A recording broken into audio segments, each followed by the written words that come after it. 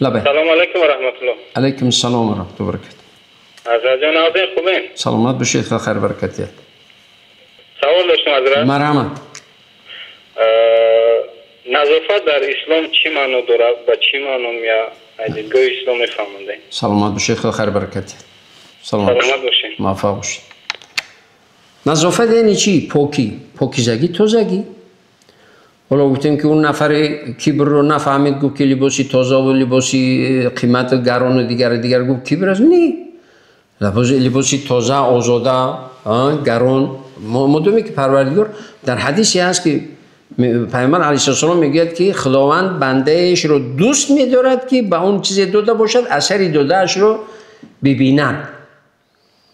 وقتی که پروردگار برایت داد از شرایط داری، جنده پوش نگرد، آزاده تازه با لباسای یعنی چیز؟ با لباسای گران و قیمت و خوب و دیگر هم خود و هم دیگران هم از این دورندگیت بهره‌مند شوند.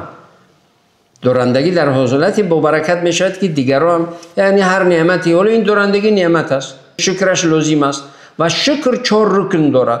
رکن اول این شکر این نعمت، چی دورندگی باشد، چی سلامتی باشد، چی علم باشد، چی معرفت باشد، چی فکر باشد، چی یعنی قوا باشد، چی قدرت باشد، هر چی که باشد.